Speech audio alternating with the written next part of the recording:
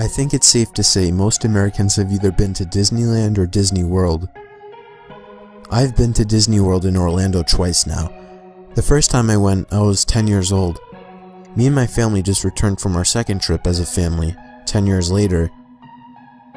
We went during February, so it was relatively quiet at all the parks. We did go to all 4 parks. We started with the Hollywood Studios, then Epcot, then the Animal Kingdom, and then finally the Magic Kingdom. I had a great time until I went on Splash Mountain. Splash Mountain is one of the more popular rides at Disney World, and I remember it being my favorite 10 years ago. Since we left all the other parks relatively early, we decided to stay at the Magic Kingdom until midnight. After the nightly fireworks, the park started to really quiet down, basically to the point that the park was dead. We got on a few attractions with no lines. My little brother, who was 13, was really getting into the spirit. He was wearing mouse ears and a bright green Mickey Mouse shirt. Me and my older brother teased him about it throughout the day. Somehow, we were so busy that it wasn't until around 11:30 at night that I remembered that we hadn't even gone on Splash Mountain. I reminded my family, but my parents reminded me that the ride closes at 11. Since we were already in the Frontierland, which is the section of the park that Splash Mountain is in, I convinced my family to check anyway. I walked ahead of my family to try and save time. When I arrived to the Splash Mountain area, there wasn't a soul in sight, other than the guy manning the entrance. He informed me that the ride closes when the park closes. I had a feeling I was right, but I suddenly felt the urge to pee, so I called out to my family, who was still approaching the entrance, to wait while I ran to the bathroom. Conveniently, there was one right by the entrance. I'll spare you the details, but after I returned to the entrance of the ride, my family was gone. I called for them, walking around cluelessly, but there wasn't even a response. I turned back to the entrance to ask the worker who was standing there if he saw where they went, but he was gone too. I was about to take out my phone and call them when suddenly I heard the sound of my 2 brothers laughing from down the entrance of the ride. What the hell are they doing? I thought. They're not planning on going the ride without me, are they? I ran down the cave-like entrance of the ride, but the sounds of my brothers laughing didn't seem to get any closer. I called out for my parents and for my brothers, but they didn't respond. How could they not hear me? I made it to the room where you board the log boats, but there were no employees anywhere in sight.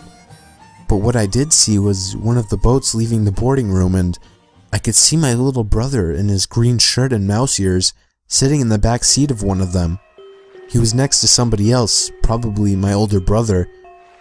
I screamed their names in anger, but they didn't hear me. I couldn't understand why they would go on the ride without me. Another boat was about to leave the room, so I hopped onto it since there were no employees to tell me otherwise. I was on the next boat behind my family.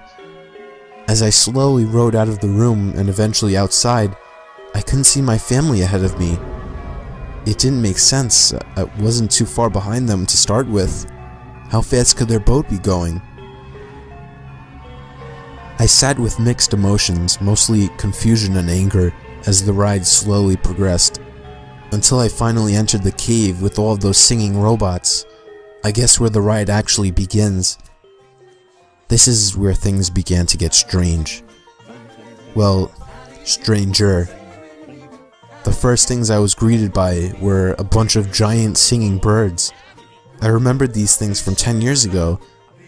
As they sang their song, their heads slowly turned to constantly face the boat, and their eyes, all their eyes seemed to be locked onto mine.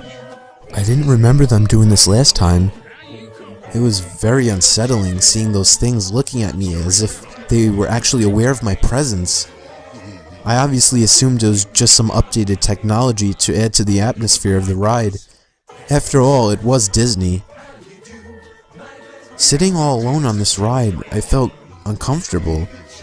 I know it's a Disney ride, but you wouldn't understand.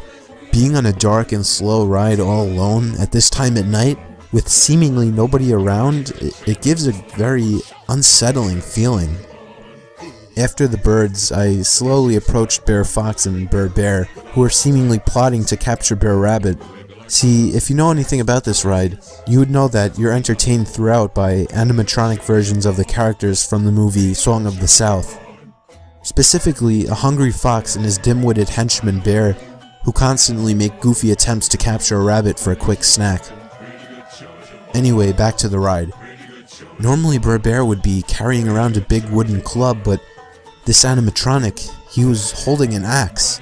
And instead of his normally goofy appearance, he had a more intimidating look that was definitely not child-friendly, and standing on his shoulders was Brer Fox, only a much more evil and scary version.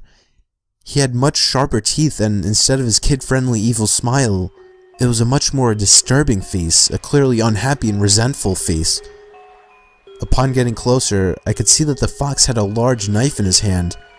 The two animatronics began speaking, or at least the ride audio provided the sounds of their characters speaking, but the voices were also off.